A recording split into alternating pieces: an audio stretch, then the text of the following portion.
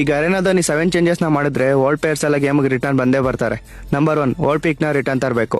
Old peak ಏನಾದರೂ return ಬಂದರೆ ಈ ನ್ಯೂ ಪ್ಲೇಯರ್ಸ್ ಪೀಕ್ ಕಡೆ ತಲೆ ಹಾಕ್ಬೇಕಂದ್ರೆ 100 ವರ್ಷಲ್ಲಿ ಯೋಚನೆ ಮಾಡ್ತಾರೆ. ನಂಬರ್ 2, ಈ ರೂಮ್ ಕಾರ್ಡ್ನ ಫ್ರೀಯಾಗಿ ಅನ್ಲಿಮಿಟೆಡ್ ಇಟ್ಕೊಳ್ಳೋದನ್ನ ಮೊದಲು ಸ್ಟಾಪ್ ಮಾಡಬೇಕು. ಮೊದಲಿನ ಥರ ಫ್ರೈಡೇ ಡಾಕ್ ಟೆಸ್ಟ್ ಕಂಪ್ಲೀಟ್ ಮಾಡಿ ರೂಮ್ ಕಾರ್ಡ್ನ ಕ್ಲೈಮ್ ಮಾಡ್ಕೊಳ್ಳೋ ಥರ ಮಾಡಬೇಕು. ಆವಾಗ ಗೊತ್ತಾಗುತ್ತೆ ಈ ನ್ಯೂ ಪ್ಲೇಯರ್ಸ್ಗೆ ರೂಮ್ ಕಾರ್ಡ್ ಅಂದ್ರೆ ಏನೋ ಅದ್ರ ವ್ಯಾಲ್ಯೂ ಏನು ಅಂತ. ನಂಬರ್ 3, ರೇರ್ ಐಟಮ್ಸ್ ರಿಟರ್ನ್ ತರೋದನ್ನ ಸ್ಟಾಪ್ ಮಾಡಬೇಕು. ಈಗ ನ್ಯೂ ಪ್ಲೇಯರ್ಸ್ ಓಲ್ಡ್ ಐಟಮ್ಸ್ ಎಲ್ಲ ರಿಟರ್ನ್ ಬಂದಾಗ ಬೈ ಮಾಡಿಬಿಟ್ಟು ನಾನು ಓಲ್ಡ್ ಪ್ಲೇಯರ್ಸ್ ಅಂತ ಹೇಳ್ಕೊಂತಿದ್ದಾರೆ.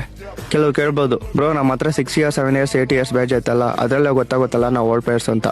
ಹೌದು ಬ್ರೋ, ಅದು ನಿಜನೇ. ಈಗ ರೇನಾದವನು ದುಡ್ಡುಗೋಸ್ಕರ ಯಾವಾಗೋ ಫ್ರೀಯಾಗಿ ಕೊಟ್ಟಿರೋ ಚಿಕ್ಕ ಚಿಕ್ಕ ರೇರ್ ಐಟಮ್ಸ್ ಎಲ್ಲ ಯಾವುದೋ ಒಂದು ಈವೆಂಟಲ್ಲಿ ತರ್ತಿದ್ದಾನೆ.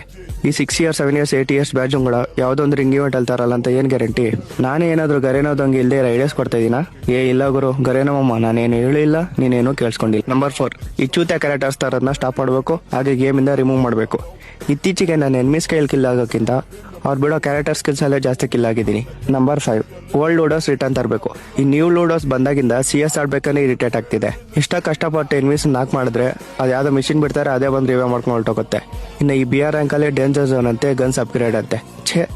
ನಂಬರ್ 6, ಇದೇ ಮೇಯ್ನು, ಫ್ರೀ ಫೈರ್ ಇಂಡಿಯಾ ಬರಬೇಕು. ಫ್ರೀ ಫೈರ್ ಇಂಡಿಯಾ ಬಂದರೆ ಆಲ್ಮೋಸ್ಟ್ ಓಲ್ಡ್ ಪ್ಲೇಯರ್ಸ್ ಎಲ್ಲ ಗೇಮ್ಗೆ ಎಂಟ್ರಿ ಆಗ್ತಾರೆ. ನಂಬರ್ 7, ಇದು ಗರೆನೆಯಿಂದ ಆಗಲ್ಲ, ಅದು ದೇವರಿಂದ ಆಗುತ್ತೆ. ಏನಂದರೆ ನಮ್ಮಂಥ ಮಿಡ್ಲ್ ಕ್ಲಾಸ್ ಗೇಮರ್ಸ್ಗಳ ಮನೆ ಜವಾಬ್ದಾರಿಗಳನ್ನ ಸ್ವಲ್ಪ ಕಮ್ಮಿ ಮಾಡಬೇಕು.